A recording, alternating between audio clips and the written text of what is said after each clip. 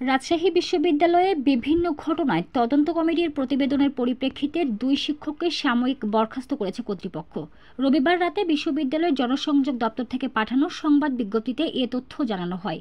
জনসংযোগ দপ্তরের প্রশাসক প্রফেসর মোহাম্মদ আখতার হোসেন মজুমদারের পাঠানো পৃথক ৩টি সংবাদ বিজ্ঞপ্তিতে জানানো হয়েছে, তদন্ত প্রতিবেদনের সুপারিশ অনুযায়ী সাময়িক বরখাস্ত ২ শিক্ষককে চূড়ান্ত শাস্তি দিতে কমিটি গঠন হয়েছে। এছাড়াও সাবেক এক শিক্ষার্থীর ছাত্রত্ব বহাল এবং এক শিক্ষকের বিরুদ্ধে আনীত অভিযোগ প্রত্যাহার সহ ৩ শিক্ষককে পরীক্ষা সংক্রান্ত যাবতীয় কার্যক্রম থেকে ৫ বছরের জন্য বিরত থাকার সিদ্ধান্ত নেওয়া হয়েছে।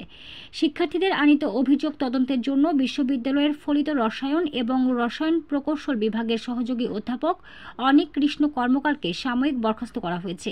এছাড়া আইন বিভাগের সহযোগী অধ্যাপক সাদিকুল ইসলামের বিরুদ্ধে আনীত যৌন হয়রানি ও ধর্ষণের অভিযোগে তদন্ত কমিটির প্রতিবেদনের পরিপ্রেক্ষিতে আগের সাময়িক বরখাস্তের সিদ্ধান্ত পুনর্বহাল রাখা হয়েছে।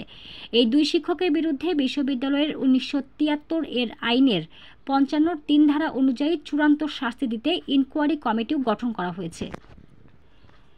আরেকটি বিজ্ঞপ্তিতে বলা হয়, বিশ্ববিদ্যালয়ের ফলিত গণিত বিভাগের ২০০৭-৮ শিক্ষাবর্ষের শিক্ষার্থী রফিকুল ইসলামের স্নাতকোত্তর নিবন্ধন বাতিলের মাধ্যমে ছাত্রত্ব বাতিলের বিষয়ে গঠিত রিভিউ কমিটির প্রতিবেদন বিবেচনা করে তার ছাত্রত্ব পুনর্বহাল এবং তার পরীক্ষার অপ্রকাশিত ফল প্রকাশের সিদ্ধান্ত গৃহীত হয়।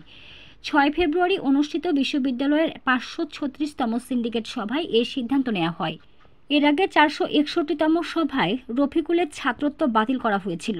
জনসংযোগ দপ্তর থেকে পাঠানো আরেক বিজ্ঞপ্তিতে জানানো হয়, বিশ্ববিদ্যালয়ের ফলিত গণিত বিভাগের অবসরপ্রাপ্ত অধ্যাপক মোহাম্মদ শামসুল আলম সরকারের প্রসঙ্গে ৪৬১তম সিন্ডিকেট সভার ১৩৭ নম্বর সিদ্ধান্ত বিষয়ে গঠিত রিভিউ কমিটির প্রতিবেদনের পরিপ্রেক্ষিতে সিন্ডিকেটের এই সিদ্ধান্ত বাতিল করা হয়েছে।